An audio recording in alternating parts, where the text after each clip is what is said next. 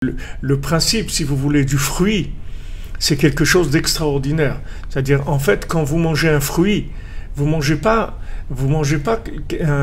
quelque chose qui appartient ni à l'horizontal ni au vertical.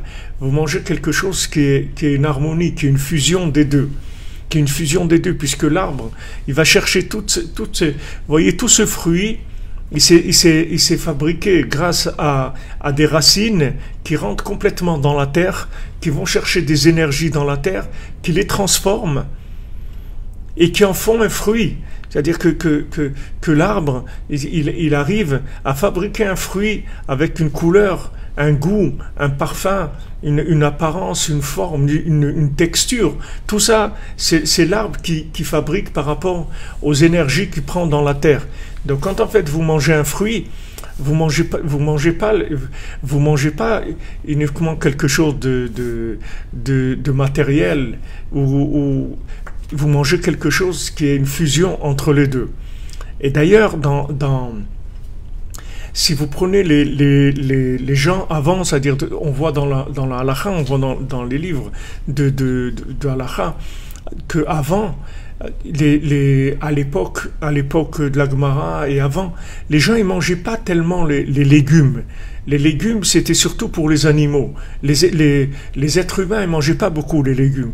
Les êtres humains, ils mangeaient surtout des fruits. C'est-à-dire que naturellement, normalement, l'homme, il est plus attiré par le fruit que par le légume, parce que le légume, il manifeste pas.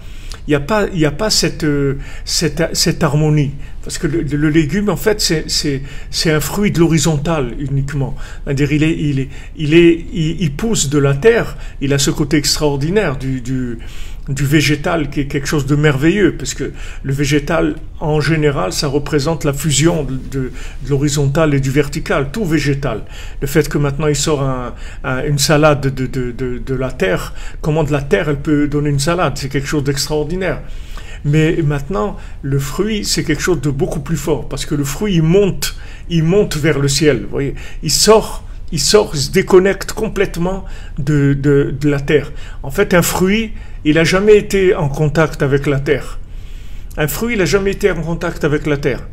Et on voit même dans les bénédictions, par exemple, si vous faites la bénédiction sur une banane, alors la banane, vous n'allez pas faire le fruit de l'arbre, vous faites le fruit de la terre, la banane. Pourquoi?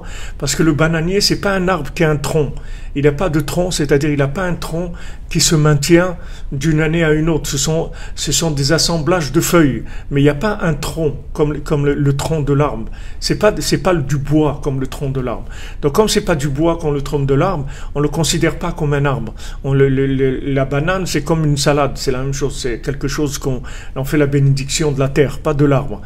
Donc vous voyez, le fruit, il a quelque chose d'extraordinaire. En fait, il vient entièrement de la terre et il n'a jamais touché la terre.